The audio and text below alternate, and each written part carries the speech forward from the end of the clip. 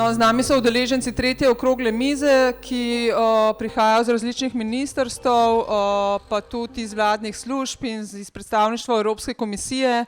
Oni nam bojo poskušali povedati in pojasniti tudi, na kakšen način bi lahko te naše potrebe različne vladne službe zadovoljile in različna ministrstva.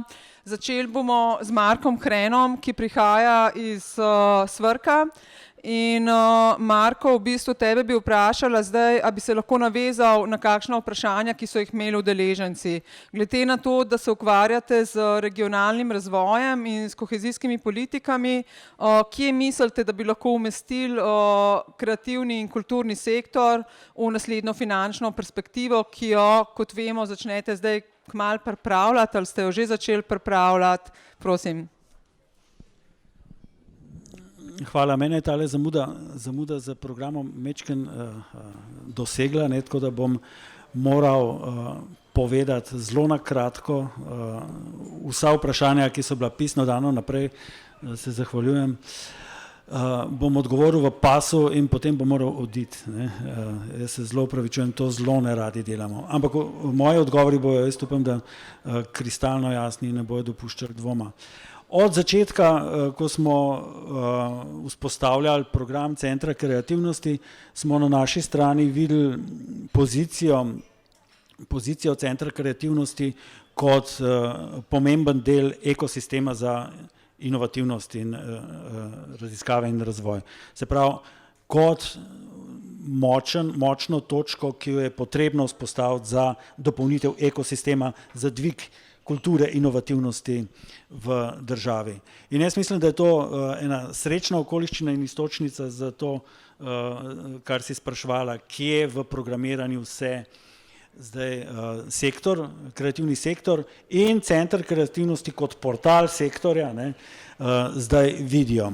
Jaz mislim, da je to dobro, da se pozicionirate kot del ekosistema inovativnosti, ker potem boste lahko uporabljali kot taki vse kanale, ki so na voljo za programiranje. To, kar smo prej slišali 10 minut nazaj, je ocena in vtis, ki ga je sektor dobil ob krizi COVID glede organiziranosti in vidljivosti sektorja, ko gre za lobiranje v parlamentu v končni fazi. Ker recimo za paket COVID ukrepov je potrebno imeti zakonsko podlago v interventnem zakonu za sproščanje katerega koli denarja, ki je v igri ali v prvem, drugem, tretjem ali v četrtem svežnju. In se je pokazalo to, kar smo prej slišali od sogovornikov, da je ocena vaša, da organiziranost ni bila dobra. Današnja okrogla miza kaže, da je organiziranost zavidljiva. Na mizi so podatki, na mizi so ljudje, ki znajo podatke interpretirati, za omizjem so bili akterji iz panožnih, sektorskih in drugih organizacij, ki so, moramo reči, dobro organizirani. Jaz imam dober občutek z tega vidika, koliko je sektor zdaj organiziran. In organiziranost je posebej v tej situaciji, ko gre za potrebo po hitrem prilagajanju na situacijo, ko se programirajo relativno velika sredstva, je ključna.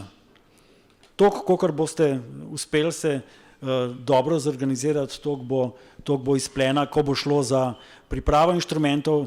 Mi vemo, vsi tisti, ki smo bili zraven, koliko časa smo porabili za načrtovanje, Josip je o tem govoril v uvodu, načrtovanje dveh največjih inštrumentov financiranja za Ministrstvo za kulturo, tega, okrog katerega se danes družimo, in Centri raziskovalnih umetnosti. Mikrofon, prosim. Še eno vmesno vprašanje bi imela, prosim. Zdaj, Evropska komisija je ugotovila, da je identificirala 14 ključnih industrijskih ekosistemov, med njimi je tudi kulturni in kreativni sektor. To je ena stvar. Po drugi strani je pa Slovenija celo poudarila, da bo industrija glavni motor okrevanja Evrope, zdaj po covidu. Mene zdaj zanima, če bomo vklapljali kulturni in kreativni sektor v naslednjo finančno perspektivo in glede na to, da iz vašega poslanstva lahko navajam, da vladi in ministrstvom svetujete pri sprejemanju ukrepov in aktov, ki se nanašajo na izvajanje in spremljanje razvoja in kohezijske politike. Na kakšen način se potem lahko akterji kulturnega in kreativnega sektorja pogovarjamo z vami, da boste vedeli, na kakšen način v bistvu ta sektor nekako vključiti v naslednje razvojne načrte? Zelo jasno, točno na ta način, kad ste pristopili za to okroglo mizo. Na mizi so statistike, jaz vam bom povedal, če se jemljemo kot del ekosistema za pospeševanje inovativnosti v družbi, pospeševanje inovativnosti podjetij, potem so kanali naslednji. Spirit kot agencija bo v naslednjih mesecih izdelal študijo o gap analizo vrzeli ekosistema za podporo inovativnosti. Ta študija bo podlaga za pripravo ukrepov za naslednjo finančno perspektivo. To bo ena hitra študija pregledna, na osnovi kjer ne bi se zaključili, kje so vrzeli. Prvi korak je, da jih morate seznaniti z rezultati statistične študije in preglednih študij, ki ste jih delali, vključno z kadrovskimi učinki COVID-a, to, kar je bilo narejeno v vmesnem času. Se pravi, Spirit je en kanal. Drug kanal, ki se zdaj dela in zaradi tega moram jaz leteti iz te okrogle mize, je raziskovalno-inovacijska strategija. V tej strategiji, ki jo dela MIZŠ, Ministrstvo za izobraževanje, znanost in šport, in ki bo tudi osnova za programiranje, je ključni steber dvig inovativnosti podjetij. Tukaj je program Centra kreativnosti naredil ogromno. Testirani so, če ne drugega, če že učinkov ne moramo na trgu še meriti, so testirani vsi ukrepi, se pravi od semenskega kapitala, proof of concept, se pravi preverba koncepta, startup logika, scale-up logika z mreženjem. Skratka, cel ta segment, ogromen posel preizkušanja in pilotiranja privlaka kreativcev v polje podjetništva in dvig podjetniške inovativne kulture v tem sektorju z pomočjo sektorja kreativnosti je bil tle z eno veliko ambicijo izveden, tle konec koncev inštrumentarij testiran, znamo ga delati, vemo, kako se dela, Ministrstvo za kulturo ima upeljane sisteme. Tako da skozi obe liniji, se pravi RIS, raziskovalna inovacijska strategija pametne specializacije na naši strani, to, kar bo Spirit delal, Spirit zdaj prenavlja svojo vlogo in MGRT prek njega.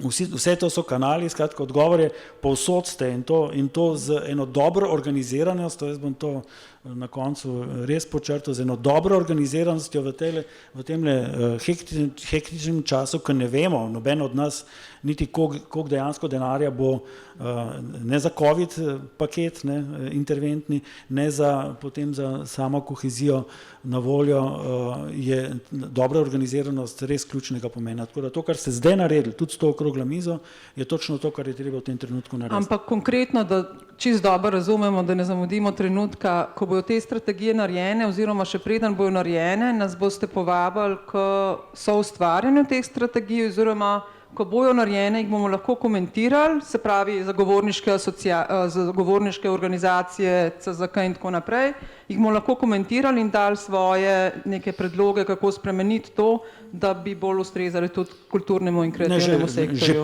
Že predno se, kot sem rekel, za Spirit in analizo ekosistema, že predno začnejo delati, morajo biti opremljeni z podatki, ki jih imate vi v rokah. Se pravi, to žlahtno lobiranje in komuniciranje ves čas.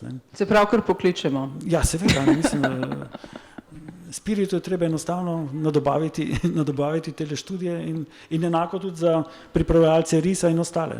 Marko, glede na to, da ne boste ostali do konca te okrogle mize, lahko sprejmete še kako vprašanje iz občinstva, čisto na hiter, super, hvala.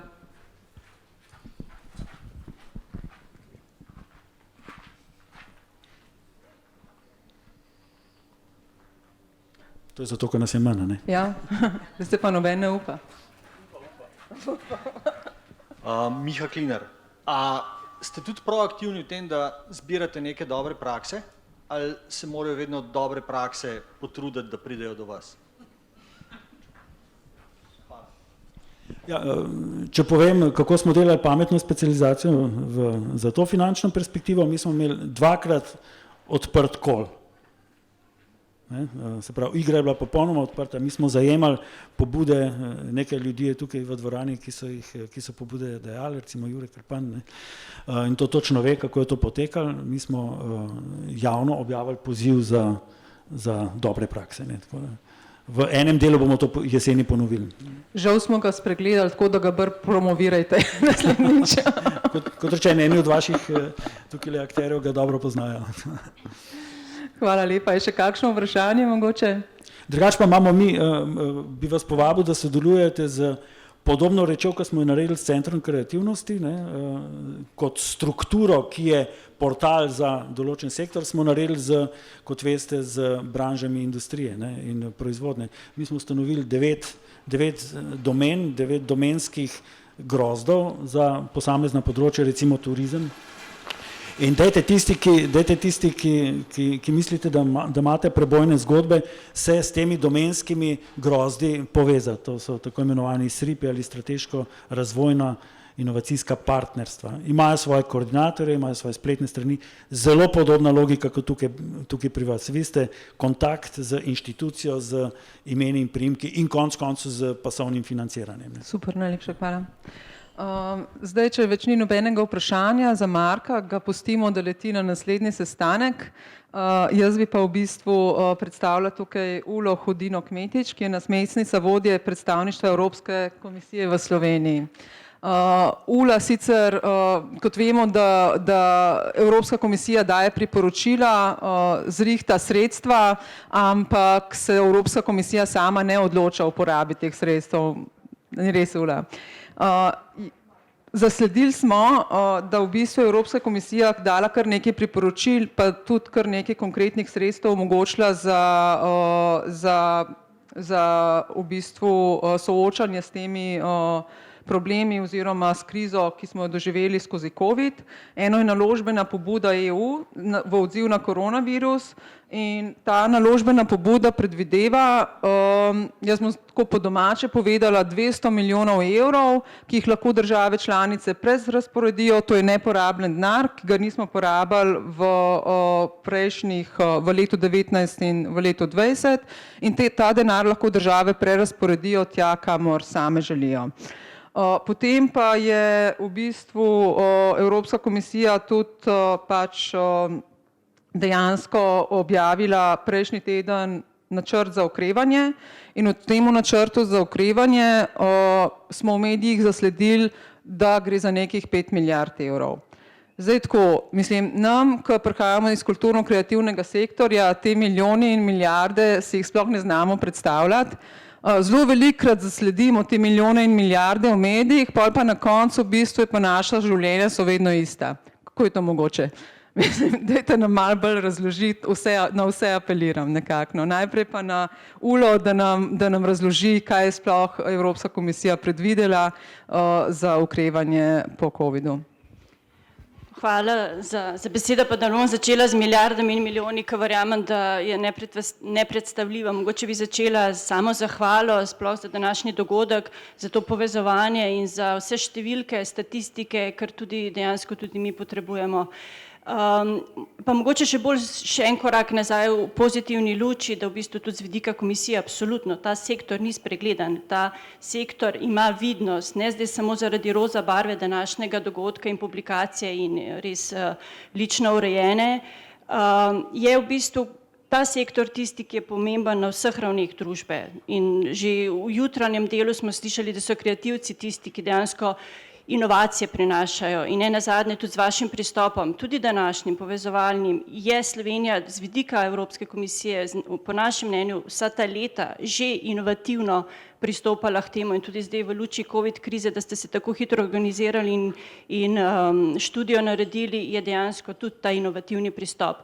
In da se vrnem tudi, kje smo danes na Centru za kreativnost, to absolutno je ne samo v Sloveniji v luči zadnje oziroma aktualne pametne specializacije, ampak širom Evrope vsaj 100 regij dejansko ima v svojih pametnih specializacijah tako usmeritev in to nekako, če lahko suma sumarum, statistika, seveda različna zajetja, nekako ocenjujemo, da to znotraj Evropske unije do leta 2020, to se pravi do zdaj, predstavlja približno 9 milijard evrov, ampak to je bilo seveda pred COVID krizo.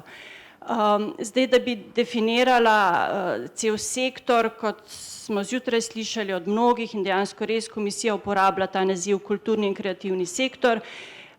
Same definicije ne bi, ker je pač stvar interpretacije, zajema statistike, ampak na čemer jaz zdaj domnevam in bom tudi poročala kolegom je, da dejansko stopnja rasti tega sektorja v Sloveniji sledi stopnji rasti gospodarstva in da je dejansko sektor podoben številkam, kot so na evropski ravni. To se pravi, to je že osnova dobra za primerjave, sicer ni moja naloga, da bi določene države zdaj izpostavljala, ker to tudi ni namen tega, ker načeloma Evropska komisija vse države enako tretiramo, rada bi zlasti šla v te številke, skratka v pozitivni luči, kaj se je dejansko s COVID-om zgodilo. Marsikaj v zvezi s tem sektorom je bila prioriteta za komisijo že prej. Skušam gledati na to COVID krizo kot nek izjemen pospešek, da se stvari zdaj dogajajo hitreje, kot bi se sicer in v neki pozitivni luči.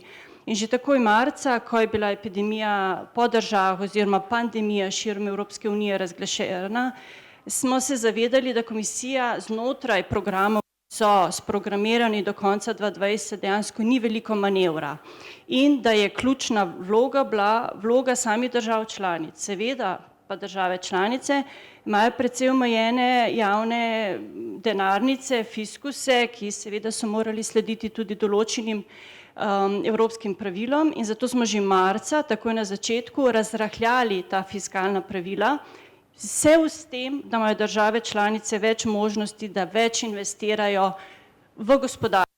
Znotraj gospodarstva seveda je več sektorjev, kot je sektor, kateremu se danes posvečamo. Poleg tega pomemben horizontalni ukrep, kateremu smo znotraj Unije usmerjali države članice, je tudi razlahljanje oziroma večja prožnost pravil pri dodeljevanju državnih pomoči. Tukaj nisem poslana, da bi dejansko določene sheme v določenih državah rekla, te so primerne, te niso, ampak v sektor so tudi bolj prožna pravila dodeljevanja državnih pomoči, sicer gre to za začasne ukrepe, ampak naprimer marsikaj, kar je gospa Lazar preomenila, kaj po drugih državah počnejo, se dejansko res da in je zdaj zaradi začasnih ukrepov, zaradi višje sile, zaradi pandemije komisija vse te ukrepe dejansko drugače tretira, z večjo fleksibilnostjo. To se pravi, to sta dva horizontalna ukrepa, morda ne vidite neposredno povezavo z njimi, ampak to so orodja, ki jih imajo države članice. Potem takoj tretji ukrep, že marca, je bil, to, ko ste omenili, naložbena pobuda za boj proti koronavirusu. Tukaj gre dejansko za preusmeritve, preprogramiranja sredstev iz kohezije oziroma iz EU sredstev. Dejansko zneski so kar veliki. Za Slovenijo ja, gre za iz naslova nedodeljenega predfinanciranja lani in letos skupaj za dejansko dodatnih 200 milijonov evrov. To je zdaj v rokah države članice, to se pravi v rokah Slovenije in iz nacionalnega reformnega programa, ki ga je Slovenija podala, smo razbrali, da teh 200 milijonov dejansko bo šlo v sektorje, ki so bili prizadeti zaradi krize. Ampak kot rečeno, to je stvar odločitve države, kako bo ti sektorje naslovila. Absolutno podpiramo pomoč malim in srednje velikim podjetjem, kjer mislim, da se tudi vi dejansko lahko identificirate. In znotraj te naložbene pobude, kar želimo, pa tudi za naprej, je izjemna fleksibilnost. Izjemna fleksibilnost, kar se tiče preprogramiranja znotraj različnih EU skladov, kot tudi znotraj tematik. Zdaj, nisem tukaj, da bi dejansko datume programiranja dala, država Slovenija je v kontaktu s kolegi, to zdaj te dni poteka, tako da ja, to je eden izmed potencialnih virov. Potem, da se navežem na to, kar smo v prejšnji teden predlagali, pa dejansko nadaljevanje kohezije, nadaljevanje te naložbene platforme in sicer v širšem okviru, ker zaradi COVID-a ni samo, da znotraj Evropske unije se moramo zdaj dogovoriti, v bistvu zdaj, čim prej o naslednji finančni perspektivi, ampak je, ker naslednja finančna perspektiva dejansko stopi v veljavo naslednje leto, so potrebna sredstva že zdaj, letos. In v luči tega je komisija predlagala načrt za okrevanje, tako imenovani Next Generation Fund, in znotraj tega je kar nekaj programov, predlogov, In absolutno je kultura, je v sektor tisti, ki se ga zdaj identificira. Ne identificira ga se samo skupaj s turizmom, ampak širše, tako kot je bilo rečeno, interdisciplinarno in horizontalno. Tako da tukaj je veliko možnosti in Slovenija ta sredstva lahko koristi. Seveda je pa stvar oziroma odločitve same države, kam bo ta sredstva namenila, in komisija bi si želela, da bi se vsa ta pogajanja za naslednji finančni okvir čim prej zaključila in da vsa sredstva, ki so bila predvidena tudi za kulturni sektor, vsaj ostanejo na tej ravni. Tako da tako na kratko. So pa priporočila komisije, da se ta sektor, ki je bil tako brutalno prizadet v tem času, da se mu nameni posebna pozornost. Da, ja, seveda. To je iz vseh dokumentov absolutno razvidno, da mogoče en od teh programov, tako imene React-EU omenim, tam je prav eksplicitno ta sektor omenjen, izpostavljen, zlasti v luči COVID krize, ker sama kriza je dejansko prizadela simetrično celotno Evropsko unijo, medtem ko samo okrevanje bo pa dejansko asimetrično, odvisno od samega sektorja že pred krizo in dejansko v vseh dokumentih, vseh priporočilih se zavedamo, da bo ta sektor utrpel posledice tudi zamikom. In ravno to je tisto, čemur je potrebno večjo pozornost in tudi jemati to z resnostjo. Najlepša hvala. Zdaj bi zelo lepo pozdravila gospod Biserko Močnik. Gospa Biserka Močnik je sekretarka Direktorata za ustvarjalnost na Ministrstvu za kulturo in bi se ji še posebej zahvalila, da se je danes udeležila tega posveta, zato ker se zavedamo, da je dejansko Ministrstvo za kulturo na velikem udaru zadnje tedne in da se je težko na takšen način kot en uradnik vzpostaviti potem vsemu temu nezadovoljstvu. Ampak na vas so se tudi na vas se je zelo veliko teh vprašanj naslavljalo danes v zadnji okrogli mizi, ampak bi mogoče začela v bistvu prav s temi Zulinimi podatki, na kakšen način vam lahko na Ministrstvu za kulturo pomagamo, da zagotovite za kulturni sektor en delež teh sredstev, ki jih Evropska komisija omogoča. Kaj potrebujete od nas, da bi to lahko skupaj pridobili za kulturni sektor? Dober dan vse skupaj. Ja, res imam zelo neprijetno situacijo, odločevalcev tukaj ni, jaz sem uslužbenka, vendarle pa moram reči, da sem bila pri snovanju tega Centra za kreativnost oziroma pri oblikovanju politik na področju kreativnega kulturnega sektorja skoraj vedno zraven. Tukaj sem si zapisala nekaj poudarkov, ki so bili v prejšnji okrogli mizi in bi mogoče za začetek povedala to, da prav te raziskave, ki smo jih danes, hvala Bogu, na tem mestu naj rečem, da smo jim bili priča predstavitvi, so eden od ciljev oziroma poslanstev Centra za kreativnost, ki je bil pač ustanovljen na osnovi že nekih raziskav, ki ste jih vi omenjali, ki so bile omenjene v prejšnjih predstavljenih raziskavah, tudi enega našega majhnega razpisa, ki ga je gospod Klinar vodil, in NPK, vse to je bilo podlaga za nacionalni program za kulturo v letu 2014 in do 2017 in enega od ciljev, to je ta Center za kreativnost z vsemi inštrumenti, kot so ti razpisi, ki zdaj ravno kar se zaključujejo, so rezultat vsega tega. In jaz mislim, da v to obdobje, v tem času, ko smo se pogajali medresorsko, usklajevali, včasih tudi prepirali, ko smo dokazovali, da je vendarle kultura eden od pomembnejših segmentov tudi gospodarskega razvoja, ni samo gospodarstvo, je tudi nekaj več, da smo res prišli do skupnega jezika z Ministrstvom za gospodarstvo, ko je takrat pripoznalo naša prizadevanja in smo prvič pač v zgodovini te naše Slovenije pač, ali pa teh politik naših, ko imamo, bili pripoznani, da smo zmožni pač postaviti en temelj in to je pač ta temelj naš za kreativni kulturni sektor je v nacionalnem javnem zavodu, pod okriljem nacionalnega javnega zavoda, Muzeja za oblikovanje in arhitekturo. Kaj ne rečem naprej? Nacionalni program za kulturo, nov, gospa iz asociacije je odlično pač rezonirala, da ga pač nimamo.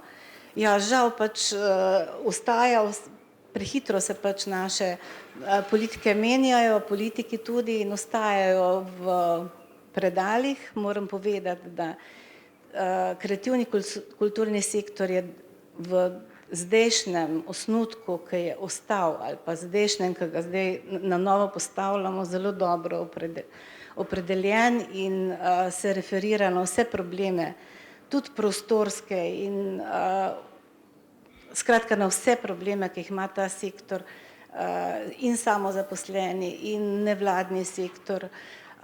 In jaz upam, da takrat, ko bo prišel osnutek v javno razpravo, da bomo enkrat spet tukaj sedeli na eni okrogli mizi in bomo še dodajali kakšne ukrepe, oziroma cilje, ukrepi so še lepo, ali ne, cilje, ki jih hočemo pač doseči v okviru tega.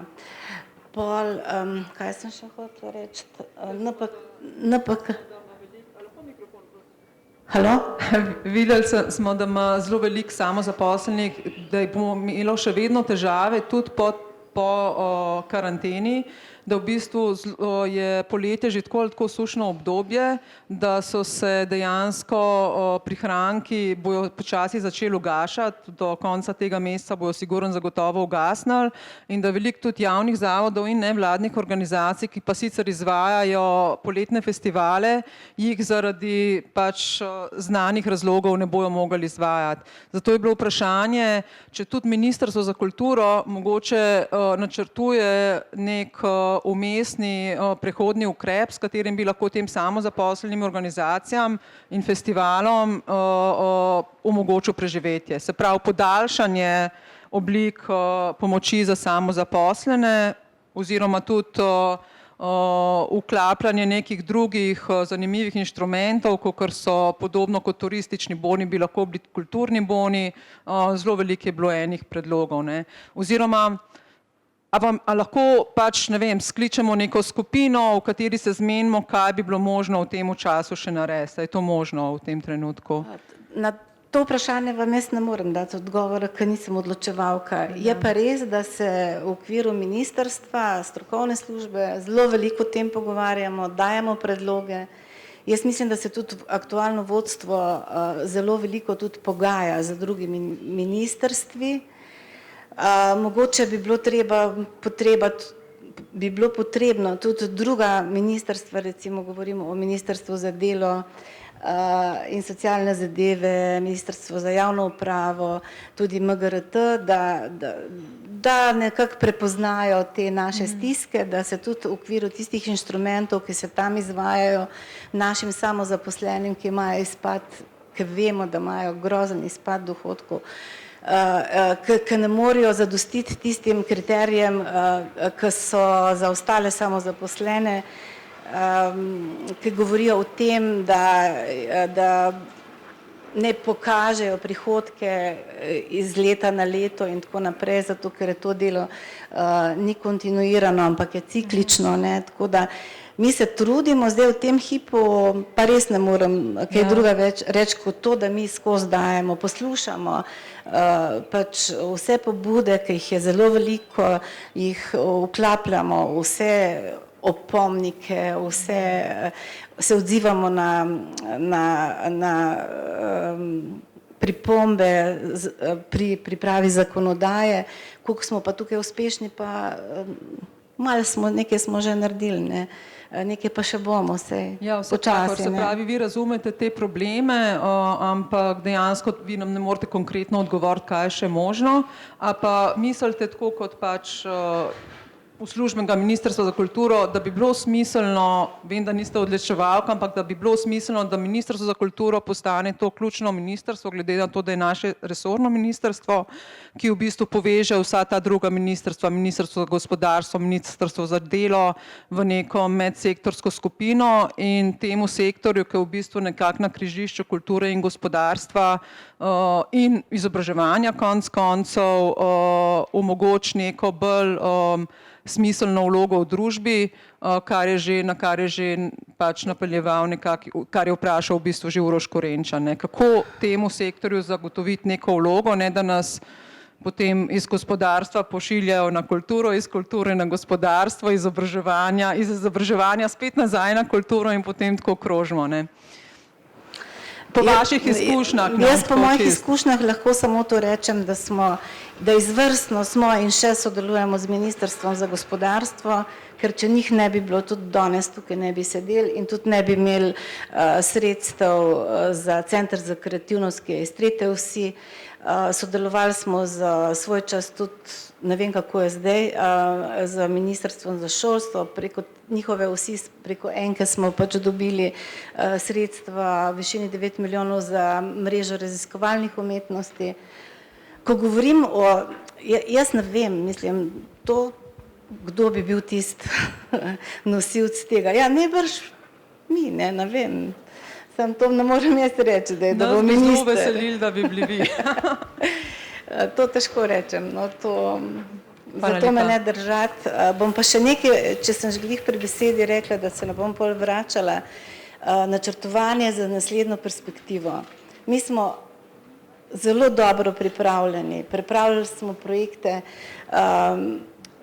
ki se za naprej, ki se razvijajo iz teh projektov, ko smo jih zdaj zastavili, ne si bo to Center za razvoj raziskovalnih umetnosti, ne bo tole CZK ali pa ti razpisi, ki jih tudi mi sami moramo pač izvajati, smo bili zelo, moram reči, zahtevni, tudi veliko smo zahtevali, tudi smo veliko utemeljevali in jaz iz razgovorov, ko sem jih zdaj slišala na tej okrogli mizi ali pa odzivov občinstva, da smo njihovi, ne, jaz računam, da smo končno prepoznani kot eni tisti, da nismo neki luzeri, ki ne znamo nič narediti, ne. Mislim, tako da jaz moram reči, da jaz osebno sem prav ponosna na ta center, ki se je tu razvil in naša politika je ta, da bi pač se ta center ostal kot en resen center za celo državo, platforma, ki bi kreirala in soočala različne politike in mnenja na področju kreativnega kulturnega sektorja. Najlepša hvala. Evo, zdaj bi pa prosila še Natalijo Medica v bistvu kar s podobnimi vprašanji, kot sem naslovila gospod Biserko Močnik, se pravi, zanima nas medsektorsko sodelovanje, ki se je dostikrat pojavilo v današnjih debatah in glede na to, da je kulturni in kreativni sektor nekako na križišču kulture in gospodarstva, bomo doživeli oziroma dočakali nek oddelek za kulturni in kreativni sektor na Ministrstvu za gospodarstvo mogoče? Ja, to križišče, ne, na katerem je sektor, moram reči, da je bolj v napoto kot korist ves čas. Ne. Kar se pa tiče oddelka na Ministrstvu za gospodarstvo, vprašanje pri prejšnji okrogli mizi je bilo, ne, ali je možnost, da se na Ministrstvu za gospodarstvo en oddelek za kulturno-kreativni sektor, ali pa mogoče rečemo kreativni sektor bolj, ker vseeno imamo Ministrstvo za kulturo in upam, da ga bomo imeli še dolgo. Bom rekla takole, pred leti sem bila jaz edina na Ministrstvu za gospodarstvo zadolžena za lesno industrijo. Potem smo ustanovili direktorat za lesno industrijo. Zdaj sem že nekaj let edina žal na Ministrstvu za kulturno-kreativni sektor, tako da mogoče pa sledi direktorat. To zdaj je malo ironično, ampak nikoli se ne ve. Drugače pa to sodelovanje z Ministrstvom za kulturo, hvala Biserka, da si izpostavila dobro sodelovanje, jaz bi ga želela še več, pa predvsem, pa nočem se zdaj izgovarjati, ampak res je ogromno težav, ker naši politiki, s tem mislim ministre, ki se nam precej menjavajo, a ne, vlade se menjavajo, predvsem Ministrstvo za kulturo imajo nesrečo zadnja leta, pa potem tudi, konec koncev poslanci so tudi politiki, a ne. Ta splošna kultura kulture nam manjka In to se odraža pri vseh odločitvah na koncu, a ne. Ko je treba razmišljati, kam bo šel denar v intervencijskih zakonih in tako naprej in tako nazaj, tam se odraža ta nekultura, a ne. Se pravi, da bi Ja. rabili eno veliko akcijo Ampak- kulturne vzgoje. Absolutno, ampak zdaj jaz ne vem, pri mladih se začne, samo to se bo mogoče potem pokazalo, upam nekoč, a ne, da bojo politiki kulturno izobraženi in bojo na ta način tudi razmišljali s širino. Drugače pa na Ministrstvu za gospodarski razvoj, jaz bom tako rekla, mi skrbimo bolj za tiste naročnike kreativcem, a ne. Prej je bilo govora v Evini, v raziskavi sektorja v času covida, presenetljivo, ne, da je ko 60-70% prihodkov ustvarjal na trgu, a ne, se pravi, ja. Jaz v to smer predvsem na ministrstvu delam, a ne, da naša podjetja, za katera skrbimo skozi različne ukrepe na ministrstvu, da bi tam noter pripeljali, a ne, to povezovanje s kreativci. Ampak kreativci niso samo oblikovalci, seveda. Mi imamo v bistvu poletne festivale, ki veliko denarja zaslužijo. Mislim, glasbena industrija je ena ogromna industrija povsod po svetu, tudi v Sloveniji. In glih na to je Peter Baroš opozarjal, da je v bistvu to nek gospodarski sektor, ki se ga pa ne dojema kot takšnega, ne. Se pravi, da Ja. mogoče bi tudi na Ministrstvu za gospodarstvo malo to optiko, kaj je to kulturno-kreativni sektor, morali malo razširiti, zaradi tega, ker tudi kulturne dejavnosti dejansko, ki niso dizajn ali pa arhitektura, proizvajajo en velik delež tega BDP-ja, ki pač ni zanemarljiv, ne. Se pravi, zakaj tega Ministrstvo za gospodarstvo nekako ne prepozna? Se strinjam, ja, da je sektor še marsikaj drugega kot oblikovanje, absolutno, a ne. Skozi neke ukrepe, ki grejo v turizem, posredno se tudi rečemo druge dejavnosti znotraj kreativnega sektorja lahko podpirajo. Tudi to križišče, a ne, žal, o katerem sem rekla na začetku, ki je problem, ne. Drugače pa audiovizualni sektor se je zdaj pred krizo z lansko njihovo raziskavo pomena, a ne, za družbo, kot del gospodarstva precej izpostavil, tudi pri nas, a ne. Zdaj, ne vem, rezultatov še ni, da bi recimo pri nas optiko kaj spremenili na ta račun. Drugače pa, jaz sem pred leti malo analize delala, kako rečemo dejavnosti znotraj kulturno-kreativnega sektorja, koliko sredstev pri naših spodbudah, ki so namenjene podjetjem, ne glede na sektor, a ne, kolikšen delež tistih sredstev so počrpali, ano, grd izraz. Recimo Slovenski podjetniški sklad, ki skrbi za mala in srednje velika podjetja, ima ogromno finančnih inštrumentov, od garancij za kredite, potem subvencije, start-upom subvencionirajo zagon in tako naprej. Recimo v prejšnji, se pravi 2007 do 2014, to je prejšnja finančna perspektiva, je kar velik delež sredstev šel tudi v kreativne sektorje, a ne. Da tam ni omejitev zdaj, kater sektor.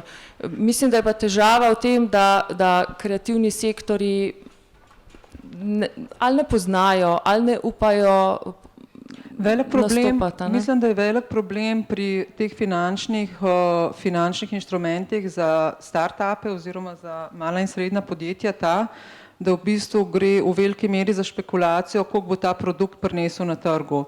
Pri veliko organizacijah v kulturnem in kreativnem sektorju gre pa za razvoj enega področja tudi. In te organizacije ne morejo same sebe ukiniti, zato da ustanovijo start-up, da počrpajo neka sredstva, ne. To pa je nekako logika start-upov. Ti ustanoviš start-up, počrpaš sredstva, ga zapreš, počrpaš nova sredstva, zapreš in gre tako nekako ad infinitum.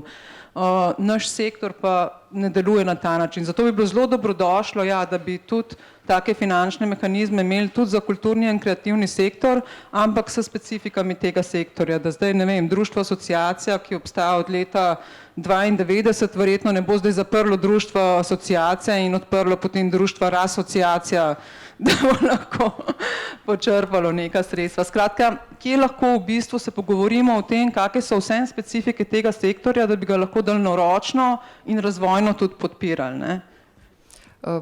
Jaz bi rekla, da zdajle je krasen moment, Ula je omenila dodatna sredstva, ki bo prišla v Slovenijo. Mislim, da tukaj ne govorimo zdaj glih o 5 milijardah, a ne. Del nepovratnih sredstev, ki bo prišel iz Evropske komisije, pa zdaj ne vem, a govorimo mi o to 100% financiranju.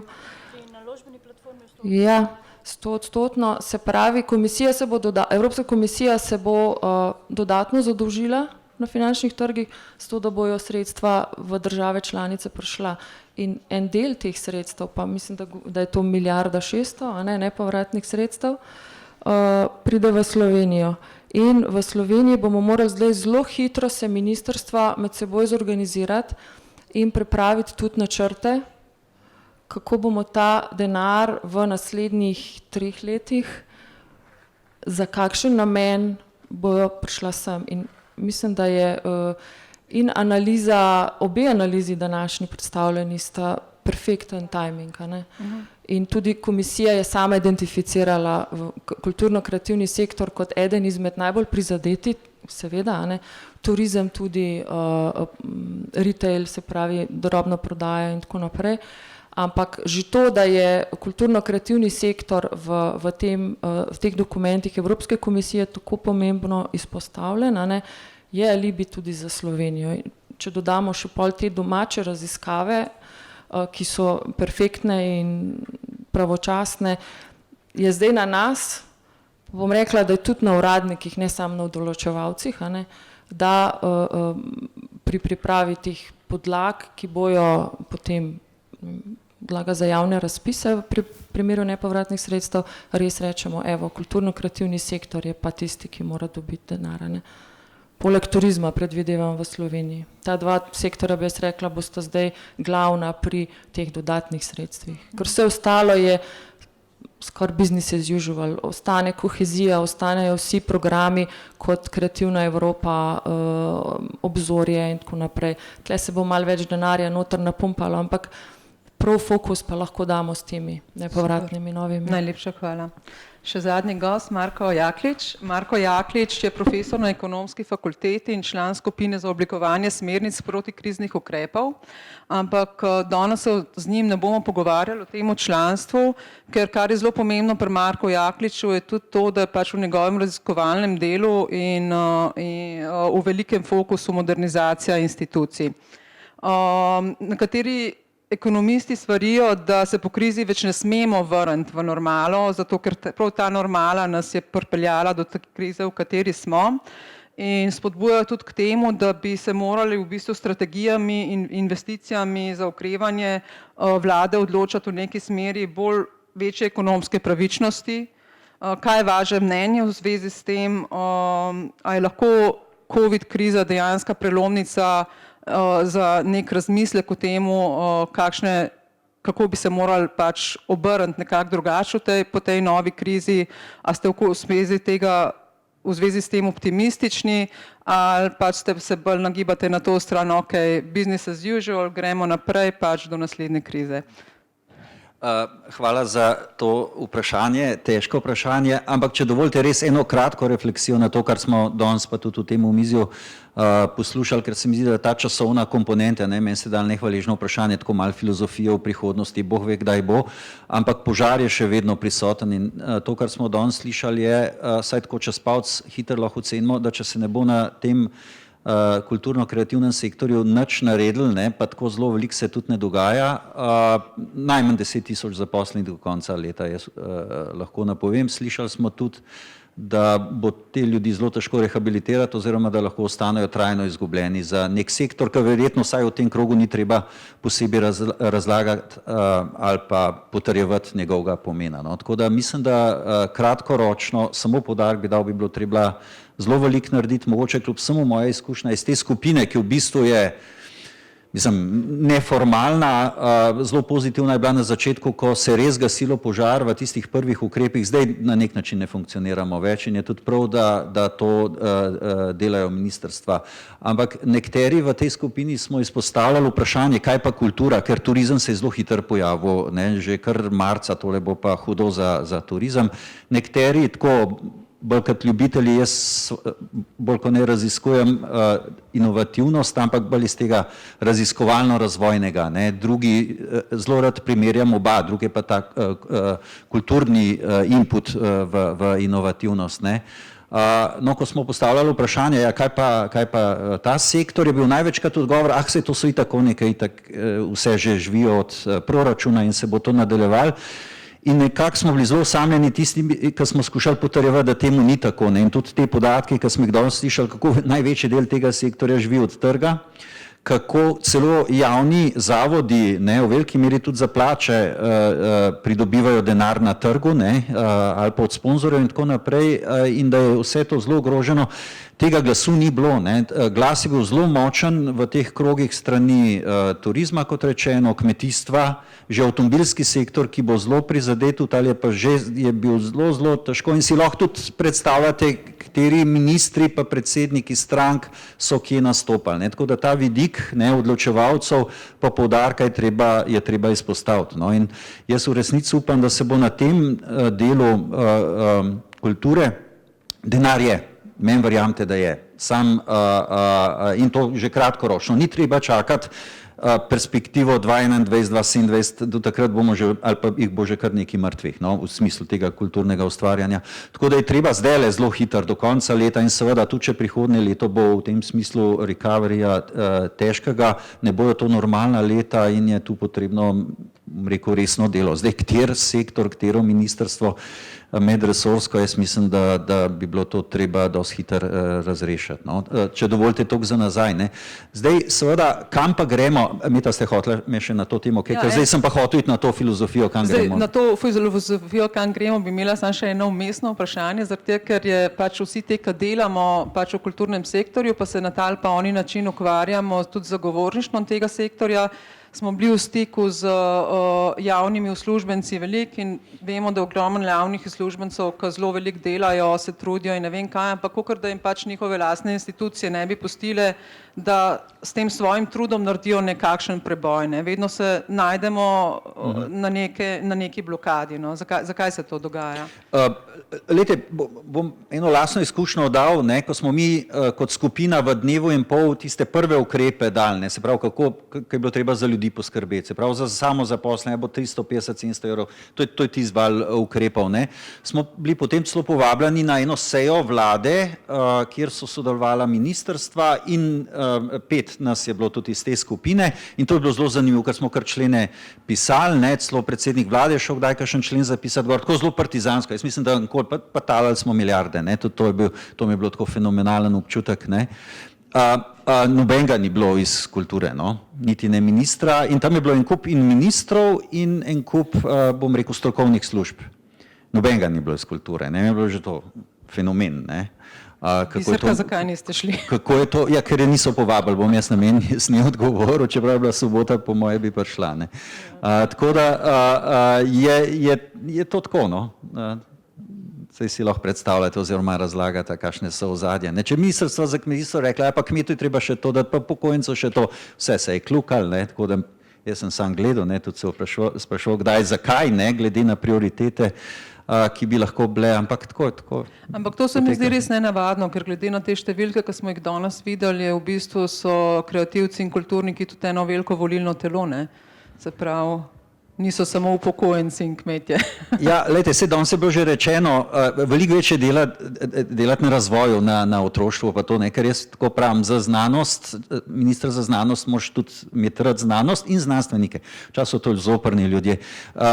Podobno velja za umetnost, moraš imeti rad umetnost in umetnike, so tudi zoprni ljudje, kdaj ego in tako naprej. In če nimaš te ljubezni, potem je težko biti minister. Tudi turizem moraš imeti rad, vemo, kako je z našim ministrom. Če imaš rad turizem, pol ti ni težava, se angažirati. preprosto, ne. Ja, ampak vseeno, če se vrnemo nazaj, da pač po tej ekonomski krizi ne bi smeli iti v business as usual in da v bistvu tudi naš sistem pa naše strategije ne bi smele zdaj temeljiti na dveh uslužbenkah, ki se trudita, ne, ampak da bi to sistemsko nekako moral nek tak trud obstajati. Kako to spremeniti v bistvu? Zelo široko vprašanje, mogoče par poudarkov. En je, ki ga še nismo sploh v Sloveniji dojeli, je in ko ga konstantno čute, je to medresorsko, medministrsko, ne vem kakšno sodelovanje. To je rak rana od nekdaj, tudi takrat, ko sem bil predsednik Sveta za znanost in razvoj.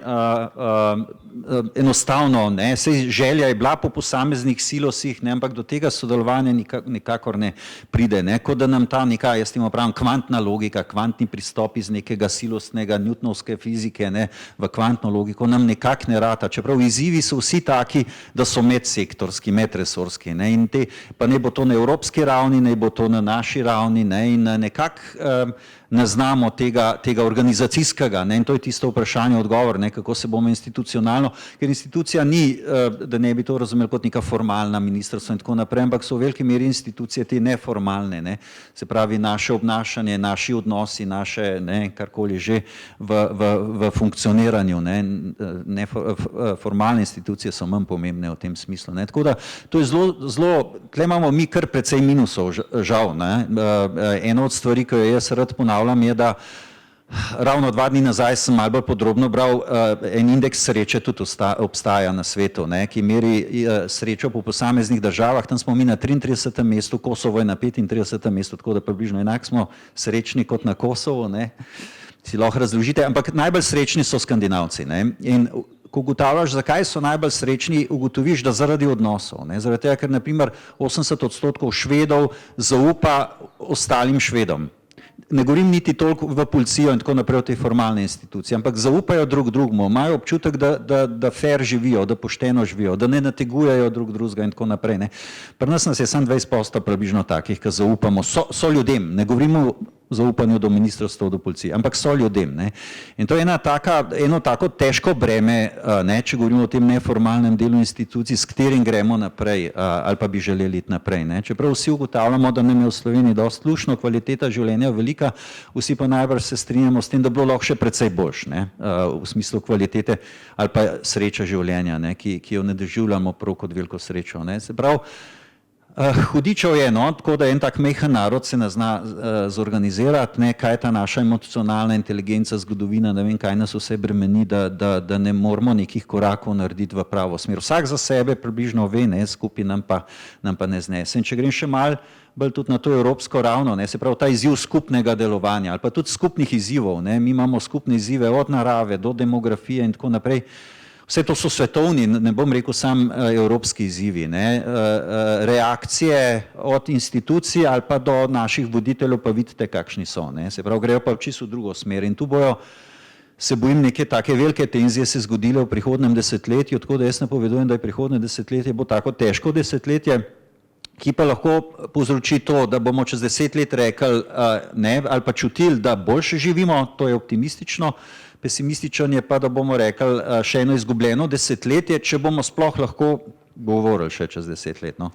Ampak zdaj, če se vrnemo nazaj na kulturni in kreativni sektor, kako bi vi kot ekonomist ta sektor umestil nekako v našo družbo, zdaj kako bi mu pomagali kratkoročno, kaj bi bili neki srednjeročni ukrepi in kako ga je treba nekako v nek fokus daljnoročno postaviti? Lejte, če se malo zgledujem po tistem delu, ko ga tudi jaz bolj tudi tako raziskovalno vladam, raziskav razvoja inovacij. Tam na tistem področju imamo tako bazične raziskave, če si predstavljate, potem je nekaj umestnega, tudi danes smo to poslušali, vi ste rekli, neki zavodi, ki niso še, ki imajo neke ideje, neki razvijajo, ampak to še ni podjetje ali pa tudi nikoli ne bo podjetje, ampak gre za neko odkrivanje, za nek razvoj, ki ima lahko takšne ali drugačne aplikativnosti, ali pa koristi, če hočemo, ali pa tudi ne. In to je na ravni tega znanstveno-raziskovalnega dela precej dobro izpostavljeno. Tudi na ravni Evropske unije merjeno in na nek način financirano. Tega, vsaj kolikor jaz poznam, kultura nima. In tam je tudi metrika obstaja, mimo grede, zdaj če govorimo, obstaja neka evropski kazalec primerjave držav inovativnosti, European Innovation Union Scoreboard, ne, mi pa Romuni smo edini, ki smo v zadnjih 10 letih štrbunknili, ne, se pravi, smo padli dol v nulo, ne, in je treba pogledati, zakaj smo, se pravi, od 2011 do 2017, ko so podatki, mi pa Romuni najbolj. 3 države so sam padle, ne, se pravi, ostale so potencial dvigovale, mi pa Romuni najboljš, ne, se pravi, tam, kjer bi morali, ker kakšnih drugih potencialov kot teh človeških inovativnih Slovenija nima, se lahko zelo, in to je zame škandalozno. Škandalozno tudi to, da se o tem ne pogovarjamo, no? Ker se mi zdi velik. In del te zgodbe, seveda, te metrike zadnji, žal ta kulturni sektor nima in zato je tako hvalevredno, da se zdaj tudi na osnovi nekih podatkov pogovarjamo in to tih primerjav, prej mislim, da je Eva rekla, da kako se bo vsaj ena parcialna študija na ravni Evropske unije začela na tem sektorju in jaz verjamem, da če Evropa resno misli svojo kot skupnost, ne, se pravi, kje smo tudi drugačni kot drugi, jaz pravim, da je Evropa drugačna, tako v odnosu, bi morala biti še bolj v odnosu do narave kot do ljudi, ne? Če se zdaj primerjamo s Kitajci, z Američani in tako naprej, ne človek, ne narava, nima tam že danes, lahko trdimo, nima tazga pomena, kot je v Evropi. In če želi Evropa seveda biti nekaj posebnega oziroma tudi taka človeško in okoljska, potem mora v to še več vlagati. Tako da jaz ne dvomim, da se bo to v ta del, ne, bom rekel, vse več vlagali, pa se strinjam s tistimi kulturniki, ki so včasih užaljeni, ki se jih tako da na neko komercializacijo. Se pravi, da se mora,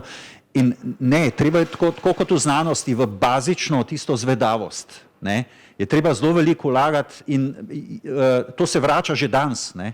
Jaz sem zelo rad s človekom, ki je samo zvedav, ki razmišlja, ne vem, zaradi mene v neki kvantni fiziki, pa ne znam povezati z realnostjo, ampak vsake toliko časa pa reflektira. Meni že 30 letja pomaga, da saj malo razumem kvantno fiziko, pa malo zelo ne vem, kako to vpliva, ne. Ali pa kako bo vplival čez toliko in toliko desetletij. Tako da tle ni dvoma, ne.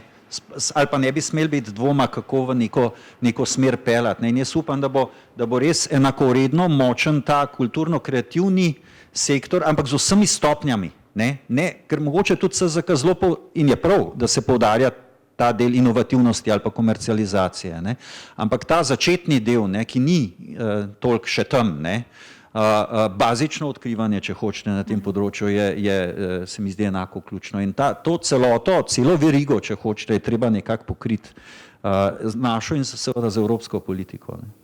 Hvala lepa. Ima občinstvo še kakšno vprašanje mogoče? Andrej Srakar ima vprašanje.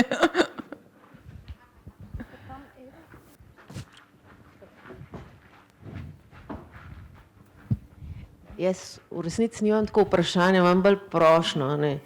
Dajte te raziskave naše poslati vsem, ki se vam zdijo, da bi jih mogli videti, no. To in po mojem noben od nas ne bo rekel ne, če nas povabite kam predstavljati, ker to največ, kar zdaj ta trenutek lahko naredimo za sektor, se mi zdi.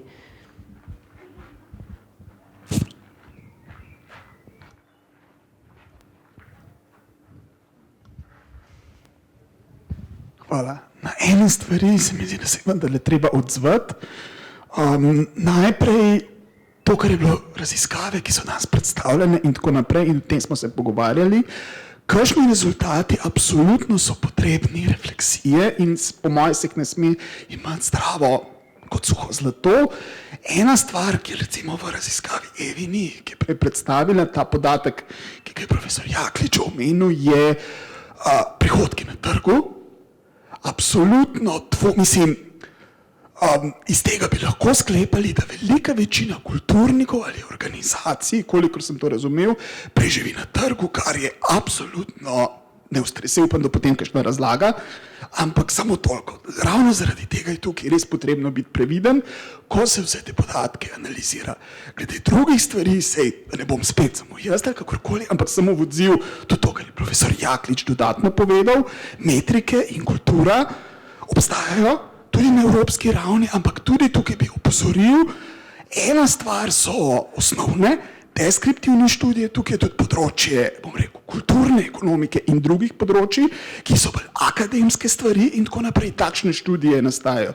Izven teh stvari, spet naslednja stvar je pa področje kulturnega podjetništva, raziskovanja kulturnega podjetništva in tukaj obstajajo nekatere stvari, ampak to so potem nekatere stvari tudi iznotraj Centra za kreativnost, smo se že v preteklosti pogovarjali o teh stvarih, ki jim bi jih bilo dobro poznati. Nekatere stvari obstajajo, tudi tukaj so razprave o kreativnosti in inovativnosti kot različnih konceptih, to so zgodovina kulturne ekonomike, počiva na tem, ampak da ne bom jemal, skratka. A lahko mikrofon tukaj, prosim?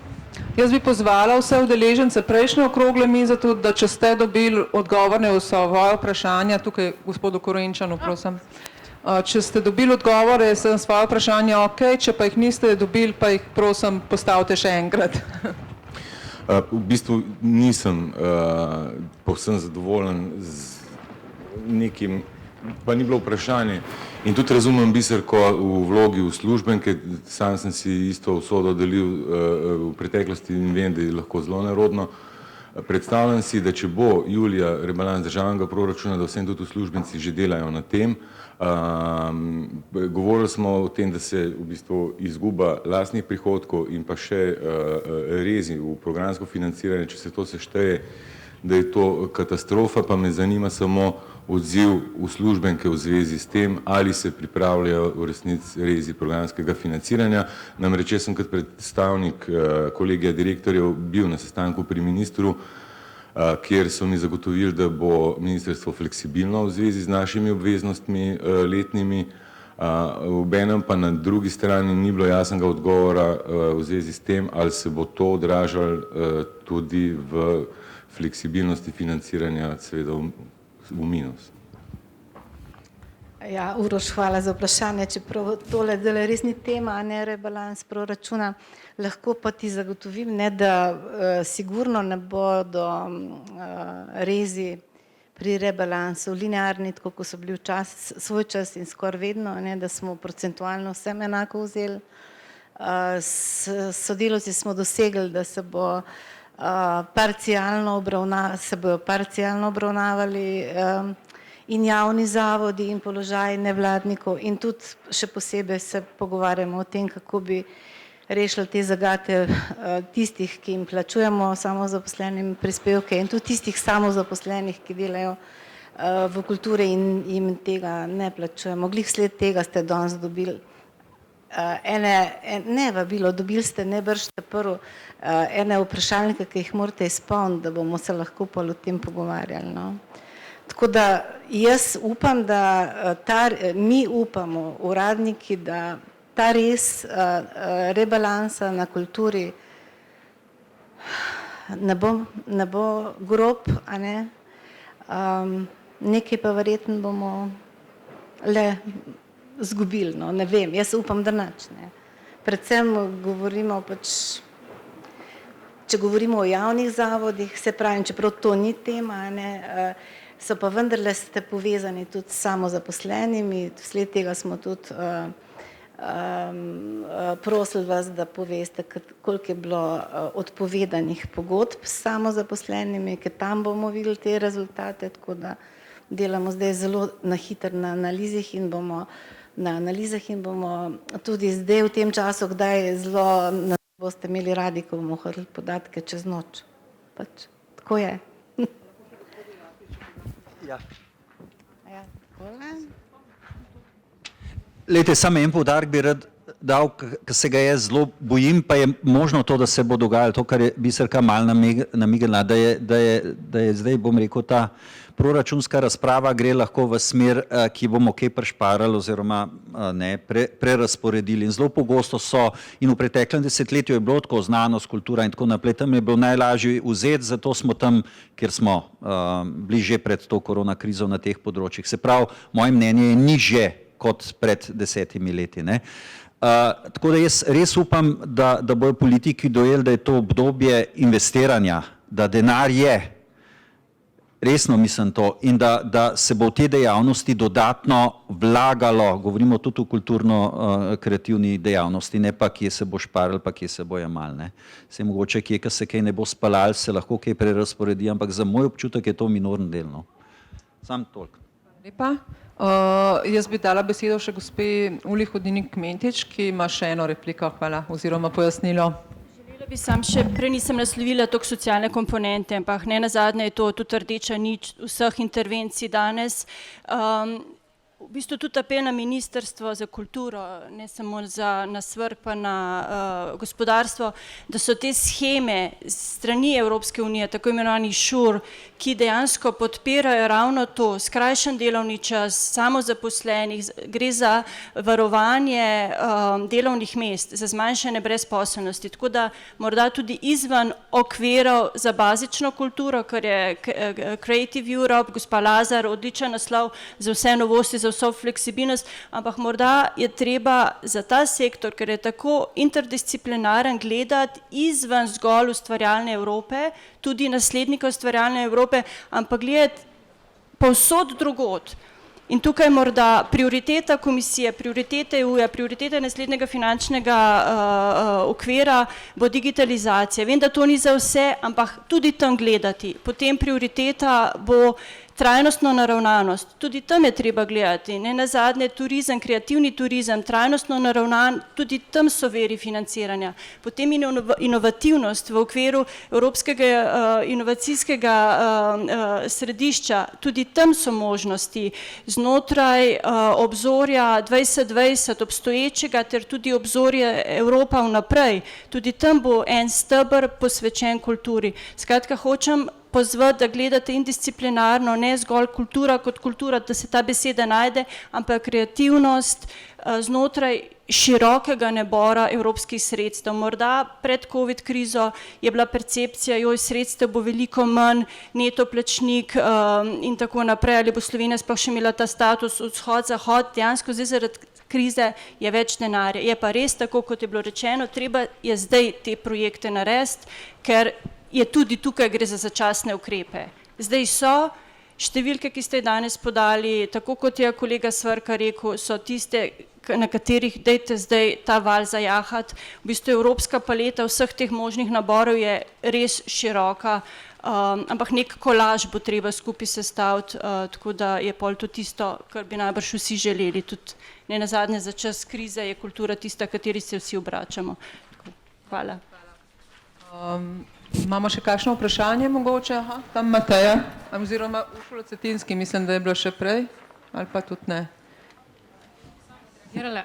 Ja, da res je, kultura je horizontalna in vsi bi se veselili dneva, ko ne bi samo ustvarjalna Evropa podpirala ta sektor, ampak malo dvomim, recimo evropska združenja, kot je Culture Action Europe, se že leta zauzemajo za 1% za kulturo znotraj vseh politik Evropske unije, se pravi na horizontalni ravni, ampak kako se bo to doseglo, če že za ta edini okvirni program je trenuten predlog spet znižan, se pravi pred krizo je bil predlog 1,8 milijard za naslednje 7-letno obdobje, kar je malo več kot je trenuten proračun, zdaj po novih podatkih je nov predlog že samo 1,5 milijarde, se pravi isto kot ta trenutek, s tem, da ima Evropska komisija nove izzive in nove cilje.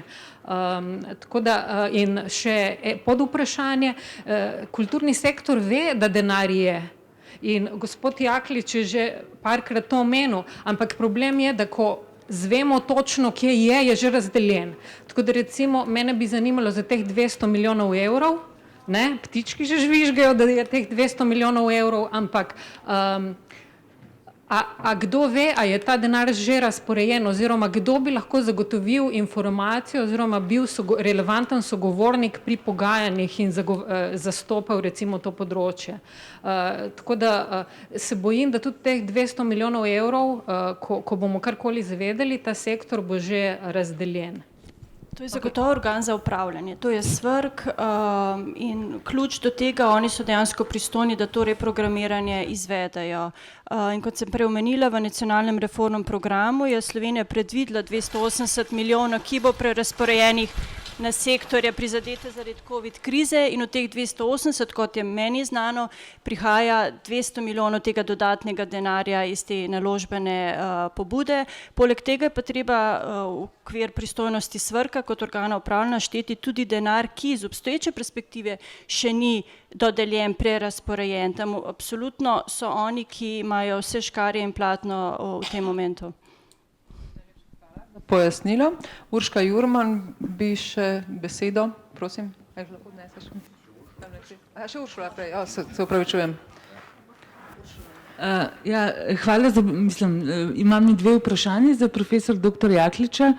Zelo zanimivo se mi je zdelo, ko ste govorili o zaupanju kot kategoriji, ki seveda vpliva na kakovost življenja, o tem, kako 80% ljudi v Skandinaviji se medsebojno zaupa, medtem ko se pa v Sloveniji samo 20%, kar verjetno ima neke učinke ne samo na kakovost življenja psihično posameznika, ampak tudi čisto ekonomske učinke. Verjetno se je zdaj po tem covidu oziroma ko smo še med covidom stopnja medčloveškega nezaupanja v živo celo povišala, ker je vsak sočlovek v živo tudi potencialen prenašalec tega virusa. Zanima me po vaših informacijah, raziskavah, po vašem vedenju, ali obstajajo kakšni mehanizmi družbeni, kjerkoli na svetu, s pomočjo katerih se lahko v bistvu stopnja medčloveškega zaupanja v neki družbi povečuje. To je prvo vprašanje. Drugo vprašanje pa večkrat smo danes naleteli na to, da je v bistvu tudi stopnja nezaupanja do same kulture v naši družbi, pa tudi do kulturnega ministrstva strani recimo drugih resornih ministrstv tudi zelo visoka. Če imate kakšne ideje, kako bi lahko premostili to stopnjo nezaupanja do kulture in pa do same kulturne politike? Bom skušal čim krajš.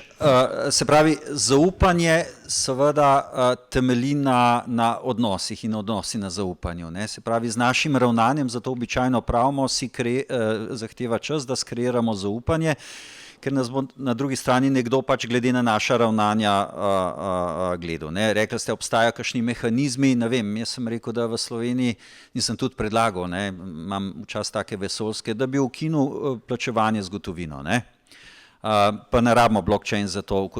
Kaj bi s tem naredil?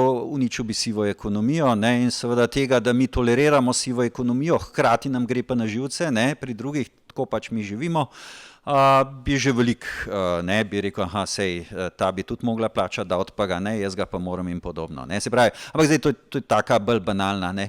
To, kar je v bistvu bolj vaše vprašanje, se pravi, zaupanje ali pa ugled na drugi strani si kreiramo s svojim delom. Mogoče res v skandinavskih družbah, pa nisem zagovornik tega, da bi s pomočjo vere protestantske, tako, ker to je tako rečeš, pač tako je in se ne da nič spremeniti, ker je to ukoreninjeno. Ampak v nekaterih družbah več pomeni tudi ugled. In če sem jaz nekaj sprejel kot vlogo, potem se moram tudi truditi. In prvi odgovor, bolj konkreten na ministrstvo, pogovor je tisti. In ta pogovor mora biti transparenten, ne samo pogovor z določenimi. In to, kar nam v Sloveniji tudi manjka, je nek koncept odprte metode koordinacije. Poglejte, tudi te ukrep, danes je bila omenjena strategija pametne specializacije. Mi smo bili eni zadnjih, ki so nam jo v Evropi sprejeli. Se pravi, bila ena najslabših, in najšibkejši del je bil ravno v tistem delu, ki je zahteval pogovor, in to je bil na ukrepih. Oni so od nas pričakovali, ok, zdaj ste razvrstili, neke koncepte ste pripravili, ampak kaj točno boste delali, kot ukrepi, že relativno zelo blizu politikam. Temu smo se pa izogibali, ne vem, a namerno ali nenamerno. Če bi bilo namerno, je to, bomo pol malo po domač, in pol bojo moji prijatelji dobili. Če je bilo pa nenamerno, je pa pač izraz tega, da se v določenih težkih zadevah ne moramo pogovarjati. In to so, tle je bilo ogromno, tako da hvala za to vprašanje, tistih krikov, pa dajmo se pogovarjati, se bomo mi to pojasnili.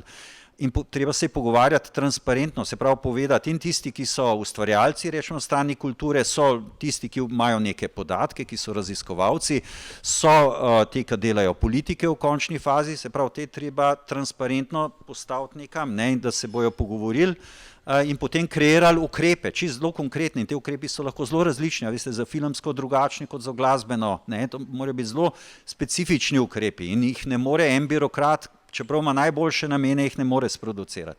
In tega mi ne znamo in spet, če to primerjam s skandinavskimi družbami, smo svetlobna leta narazen. Zdaj, kako bomo to skrčali, je težje vprašanje oziroma težji odgovor. Preden Urška dobi besedo, če lahko nekaj rečem, jaz se spomnim, da se najmanj od, ne vem, leta 2008 v raznih skupinah pogovarjamo, tako da če v bistvu ta big pogovor nikamor ne pripelje, pol očitno smo kaj, toliko skorumpirana družba ali...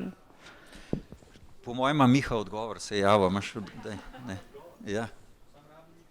Ja, dajte mu, da bo slišan. Hvala lepa, čist na kratko, ker je provokativno vprašanje. Ne? Obstaja neka metoda za to, da se stvari spremenijo. Jaz sem bil, takrat, ko je bil Biotop v Ljubljani, je bil tukaj Marko Steinberg, ki je delal strategijo finske, oblikovalske politike. Jaz sem njega vprašal ravno isto vprašanje. Sem rekel, Marko, daj povej, ne, v čem je štos, da Finci znate, mi pa ne. In on je rekel, veš, mi nismo noben čudežen narod. Nam se je zgodila ta grožnja, da če bi bili politično nestabilni, bi Rusi prišli noter. Ne? In to je sprovociralo kulturo politike, ki je nehala politično nastopati, ampak je začela iskati svoje konsenze. In zaradi tega pogovora, ne, on pravi, da je v bistvu se razvil tako imenovani skandinavski model, ne, kjer najprej vprašaš, kaj bi kdo rad, in se potem potrudiš, da temu priješ nasproti. No. Se mi zdi zanimiv mogoče poskus, ne, vseeno videti neko metodo tukaj noter. Hvala. Se pravi, da bomo zdaj dobro priliko z Madžari. In investicijami. Kaj je bila zunanja grožnja, ne? Potem so se začeli pogovarjati, čeprav Finci se še težje pogovarjajo, bolj so molčeči, ne, pa bolj se ga morajo napiti, kot mi, da začnejo govoriti. Ampak ja, zunanja grožnja, ne vem, ali mi čutimo dovolj to zunanjo grožnjo, da...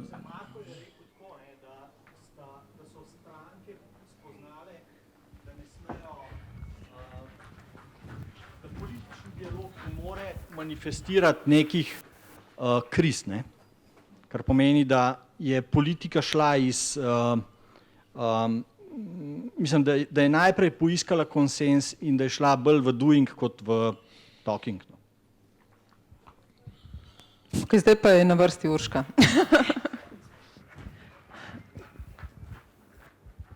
Hvala. Jaz bi se sam navezala na komentar Andreja Srakarja glede na ta podatek iz analize Poligona o situaciji kulturnih delavcev v času COVID. Se mi zdi, da bi bilo fino, no, če dobimo pojasnilo glede tega podatka, kakšen majhen procent pravzaprav samozaposlenih je plačanih s proračunskimi sredstvi, dobiva proračunske sredstva, 8%, če se prav spomnim, ker po mojem nekako poznavanju tega področja je tako, da zelo velik delež prihodkov dobivajo pač prek sodelovanj z NVO in javnimi zavodi, ki pa tudi gre za proračunska sredstva. Se pravi, da ne moramo govoriti o tem nekem prostem, tako imenovanem prostem trgu, v tem nekem klasičnem pomenu. Beseda se mi zdi, da je to pomembno, da razjasnimo, da ne bi potem neka napačna sporočila prišla od tukaj. No? Zdaj pa še, zdaj imamo eno, še naslednji je Uroš Korenčan, potem si pa ti. Ja, ampak mora odgovoriti. Aha, odgovarjaš, ok. Jaz bi rada rekla samo to, da jaz sem upala, da v tej študiji, ki so jo delali na Umarju, da bo dejansko viri prihodkov tudi dejansko izmerjeni. To je samo ocena, kar so ljudje dajali. Mi smo jih vprašali.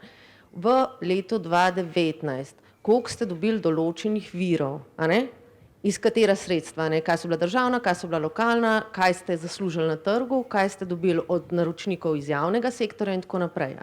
In jaz sem upala, da bo ta samoocena se lahko naslonila na podatke študije. In pa sem bila žalostna zares, ker teh podatkov trdnih, kako zares je, ni bilo. Ampak tukaj, in teh 8 oziroma 2% evropskih, vse, kar lahko jaz zdaj rečem za interpretacijo je, ker imamo toliko samozaposlenih, jih je veliko pisali, toliko je zbirokratiziran, da ne moramo dostopati, sploh do evropskih sredstev, pa ta zalaganje denarja in tako naprej, in jim je nedostopno. In še apropos tega, ja, jaz absolutno ne bi rada, da se vidi, tako kultura je na trgu, in pa toliko dobijo, ne vem, 60% prihodkov dobijo na trgu. Ampak zdaj se pa vrnemo nazaj na tist, ki so bili pa podatki, koliko neto zaslužijo. In ko pa mi gledamo tiste podatke, koliko neto zaslužijo, pa vidimo, da dejansko ljudje živijo skoraj da tik nad pragom revščine oziroma večina ne dobi povprečne plače, a ne. Tako da to se mi zdi ful pomembno kontekstualizirati, hkrati bi pa res jaz si želela, da so te podatki tudi dejansko izmerjeni, kakšni so te viri prihodkov. Samo to, kar se mi zdi nujno. A imamo kako repliko, še preden damo mikrofon naprej? Nika? Ja, hvala. Tako, ker sva se že pogovarjali prej z Evo, teh podatkov pač ni. Podatki so o prihodkih, ni pa iz kakšnih verov so ti prihodki, tako da žal tukaj ne more odgovoriti ta raziskava. Tako. Komu? Mogoče najprej replika na to.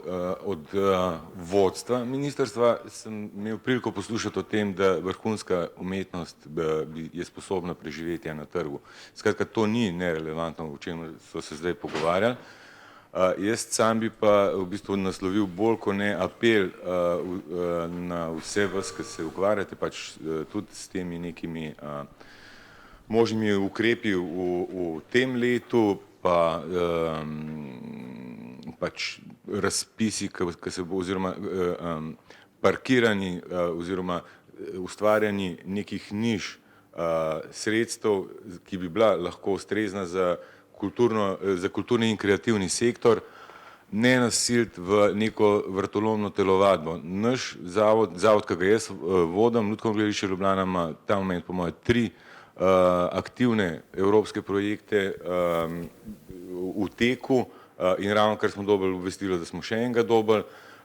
Od zaposlenih imam po mojem, se pravi, koliko bi bilo to procentov, več kot 10% ljudi, ki so na socialnem skladu financirani za 1 leto. To so take telovadbe in take v resnici telovadbe v tem smislu, da počnemo vse drugo kot to, kar bi morali delati. Tako da apel gre bolj v tej smeri, ki je že Mateja prej nakazala. Kulturne politike držav so nacionalne kulturne politike, zaradi tega je tudi toliko majhen budžet ustvarjalne Evrope. Nikdar ni bilo mišljeno, da bo Evropa nadomestila financiranje kulture. Je čisto vseeno, ali danes rečemo kultura ali rečemo kulturni in kreativni sektor, če dajemo nova imena noter, ampak če se bomo mišli usmerjali v kulturni turizem in ne vem kaj vse, kulturni turizem moramo mi biti dovolj atraktivni, da pride k nam, ne da bomo pa zdaj pač bolj preprosti in šli v smeri komercializacije ali pa sploh v neke čist tretje smeri, ker zelo velikrat v primeru tega, da se ti prpneš na neko financiranje evropsko, ki ni ustvarjalna Evropa, počneš nekaj, kar v resnici ni tvoja izvorna dejavnost, obenem moraš pa še dofinancirati, zapleteš se v bistvu v kar začaran krog. To je v resnici bolj apel. Hvala lepa. Imamo še kako vprašanje, repliko? Karkoli? Ne? Potem pa bi s tem zaključili in vas vabim k neformalnemu pogovoru in na kosilo tjale pod arkade. Hvala lepa.